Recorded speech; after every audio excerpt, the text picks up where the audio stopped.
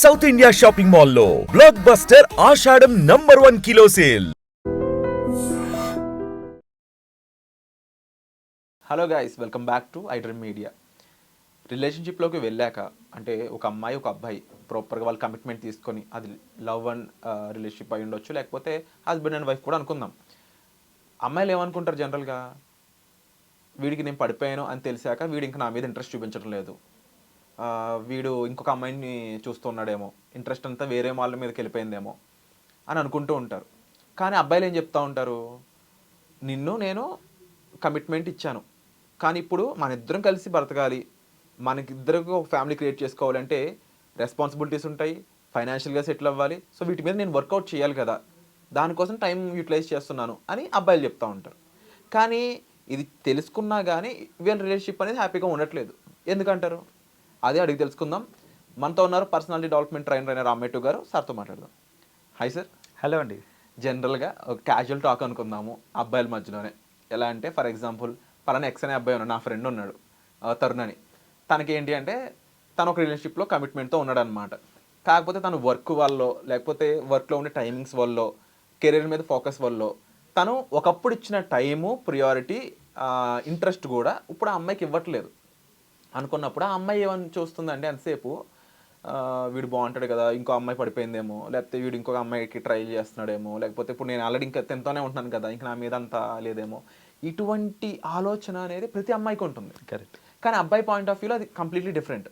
Yes. అంటే ఎలా ఉందంటే ప్రతి అబ్బాయి మోసం చేస్తూనే ఉండేటట్టయితే ప్రపంచం ఈ రోజు ఎలా ఉండదు. కరెక్ట్. మరి దీన్ని ఏ విధంగా ఎక్స్ప్లెయిన్ చేస్తారు అమ్మాయిలకి? అమ్మాయిలు అర్థం చేసుకోవాల్సిన ప్రైమరీ థింగ్ ఏంటంటే, ఒక రిలేషన్షిప్ స్టార్టింగ్లో ఒక అబ్బాయి పెట్టే ఎఫర్ట్ అన్రియలిస్టిక్ ఎఫర్ట్. అది అంటే ఏంటంటే, నాకు ఇప్పుడు ఆ అమ్మాయిని ఇంప్రెస్ చేయాలి కాబట్టి నా టైమ్, నా ఎనర్జీ మొత్తం, నా ఫోకస్ మొత్తం ఆ అమ్మాయిని ఇంప్రెస్ చేయడం మీదనే ఉంటుంది. ఆఫీస్ నుంచి ఫోన్ వచ్చినా ప్రయారిటీ అది కాదు, అమ్మాయి, ఆ పిల్ల నాకు priority. That is what is there, right? So ఆ స్టార్టింగ్లో ఏంటంటే ఇంత వాల్యూ చూపించి, ఇంత టైం డెడికేట్ చేసి, ఇంత సిన్సియర్గా నాతోటే ఉంటున్నాడే. You know I personally have seen, like కాలేజ్కి వెళ్ళేటప్పుడు నా ఫ్రెండ్ ఒకడు వాళ్ళ గర్ల్ ఫ్రెండ్ని పిక్ చేసుకోనికి, వాడి ఇంటి నుంచి కాలేజ్ 3 కిలోమీటర్స్ అవే, వాళ్ళ గర్ల్ ఫ్రెండ్ వాళ్ళ ఇల్లు 25 కిలోమీటర్స్ అవే. డైలీ మార్నింగ్ ఇక్కడ నుంచి ఆమెను పిక్ చేసుకొని కాలేజ్కి వస్తుండేవాడు. That is the level of dedication he had. పెళ్ళైన తర్వాత షాపింగ్కి పోదామంటే క్యాబ్లో పోమంటుండు ఇప్పుడు. సో ఏం మారింది? ఎందుకు ఈ చేంజ్? అప్పుడు లేవన్నారు, ఇప్పుడు లేస్తుంది. So that is what. See అంటే ఇప్పుడు ఆ అమ్మాయి ఎక్స్పెక్టేషన్స్ చూడండి, వీడు ఎట్లా సెట్ చేసిండు అంటే, అరే నిన్ను కాళ్ళు కూడా కింద పెట్టనియా, నేను కావాలంటే భుజాల మీద మోసుకపోతా అనే ఎక్స్పెక్టేషన్ క్రియేట్ చేశాడు వాడు. ఇలాంటి ఎక్స్పెక్టేషన్స్ క్రియేట్ చేస్తూ ఉంటారు ఇన్ జనరల్. మందే తప్పు.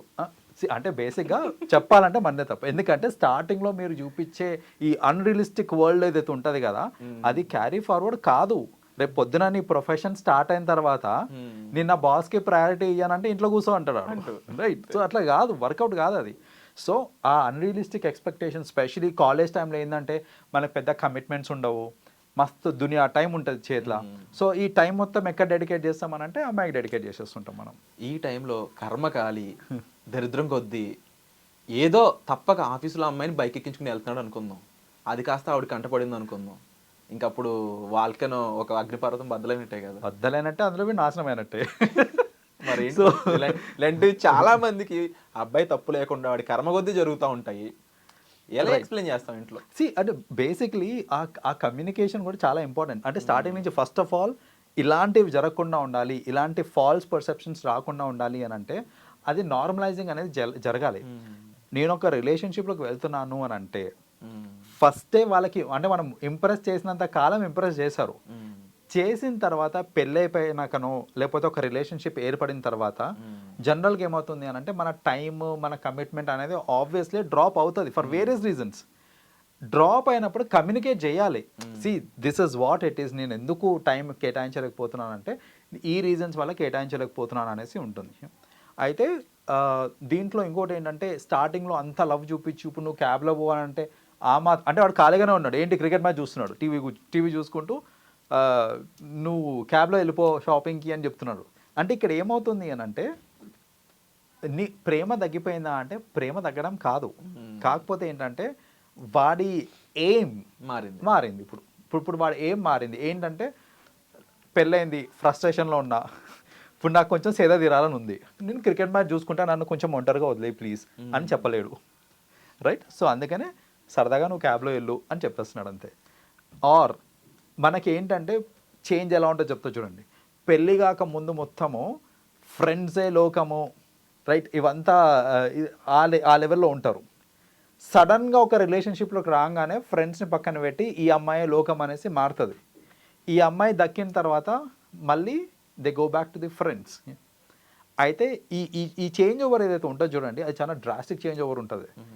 అది అలా కాకుండా ఈవెన్చువల్గా వచ్చింది అంటే వాళ్ళు కూడా యాక్సెప్ట్ చేస్తారు. పెళ్ళి కాగానే 1 monthకే అసలు ఇంకా అమ్మాయిని ఇంట్లో వదిలేసి నేను ఫ్రెండ్స్తో చిల్ అవుతా, నైట్ అవుట్లో వేసుకుంటా కూర్చుంటాను అంటే వర్కౌట్ కాదు అది. యూ హ్యావ్ టు టేకర్, నువ్వు రెస్పాన్సిబిలిటీ తీసుకున్నావు. సో అబ్బాయిలు కూడా ఏంటంటే రెస్పాన్సిబిలిటీ తీసుకోవాలి. సడన్ చేంజ్ ఓవర్ చేసి అట్లనే అనుమానాలు వస్తుంటాయి. అలా కాకుండా ఆమెకు కేటాయించాల్సిన టైం ఆమెకు కేటాయించి ఆమెకు అర్థం చేపియండి. సపోజ్ మీరు ప్రొఫెషనల్లీ కొంచెం బిజీ అవుతున్నారు అని అంటే మన ఫ్యూచర్ కోసమే, మన పిల్లల కోసమే అని అర్థం చేయించి మీరు కరెక్ట్గా కమ్యూనికేట్ చేశారంటే ఇలాంటివి రావు. మీరు కమ్యూనికేట్ చేయకుండా సడన్లీ టైం కట్ చేశారనుకోండి, ఇలాంటి థాట్స్ వస్తాయి. ఇంకోళ్ళు నచ్చిరేమో, లేకపోతే వీనికి సోక్ ఎక్కువైంది, ఇట్లాంటివన్నీ వస్తూ ఉంటాయి అనమాట మనకి థాట్స్. చాలామంది మగాళ్ళు ఇప్పుడు మీరు చెప్పినట్లుగానే ఎక్స్ప్లెయిన్ చేద్దామని చూసే వాళ్ళు కూడా ఉంటూ ఉంటారు. కానీ ఫస్ట్ టాక్లని కట్ చేసే భార్యలు అయి ఉండొచ్చు, లేదంటే లవర్స్ అయి ఉండొచ్చు, వీళ్ళకి ఫ్రస్ట్రేషన్ పెంచుతూ ఉంటారనమాట. అంటే అమ్మాయిలు తప్పు అబ్బాయిలు తప్పు అని నేను మెన్షన్ చేయట్లేదు, జరిగే కేస్ స్టడీసే చెప్తున్నాను నేను. ఇప్పుడు అబ్బాయి అనేవాడు ఏ విధంగా ఒక రిలేషన్షిప్ని ముందుకు తీసుకెళ్ళాలి, ఇలాంటి సిచ్యువేషన్ ఉన్న ఒక అబ్బాయి ముఖ్యంగా ప్రొఫెషన్ పరంగా ముందుకెళ్ళాలి, ఇంకో పక్కన అమ్మాయి మీద ప్రియారిటీ తగ్గిందనే విధంగా రానివ్వకూడదు. మీరు చెప్తున్నట్టు communication is very important. But ఆ కమ్యూనికేషన్ ఏ విధంగా స్టార్ట్ చేయాలి, ఏ విధంగా ఉంచాలి, దానికోసం అమ్మాయి మీద ఇంకా ఎఫర్ట్స్ ఎలాంటివి ఉన్నాయి?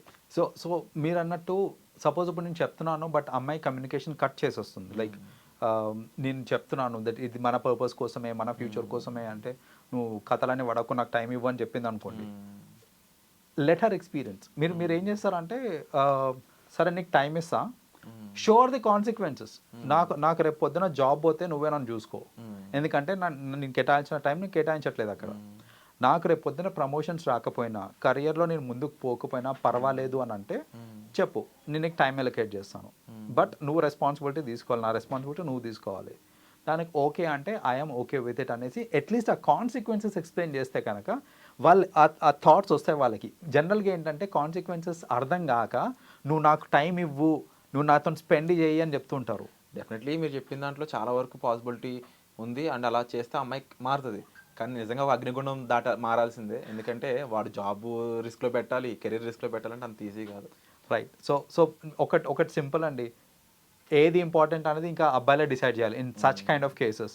మీరు మీ అమ్మాయిని మార్చుదామని చూస్తున్నారు, అమ్మాయి మారిందా యు ఆర్ లక్కీ.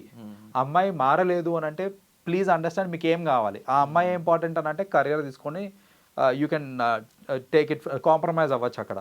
లేదు నాకు కెరియర్ ఇంపార్టెంట్ అంటే ఇట్స్ ఓకే టు కాంప్రమైజ్, ఎందుకంటే రిలేషన్షిప్స్ అనేది వస్తూ ఉంటాయి పోతూ ఉంటాయి.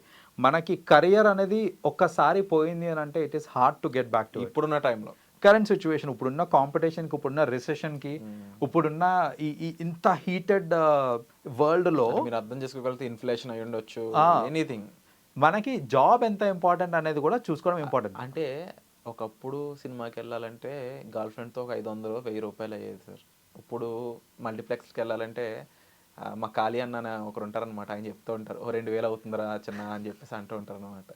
నెక్స్ట్ రోజు అదే 5000 కూడా అవుద్ది. సో జాబు కెరియర్ చాలా ఇంపార్టెంట్ అనమాట. అది ఉంటే వీళ్ళని చూసుకోవడం జాగ్రత్తగా బాగుంటుంది అనమాట. Correct. But definitely wonderful session sir, చాలా హ్యాపీగా ఉంది. ఒక రియలిస్టిక్ సొల్యూషన్ అయితే మాకు ప్రొవైడ్ చేశారు. డెఫినెట్లీ చాలా మంది ట్రై చేసి చూడండి అది. And thank you so much sir. Welcome.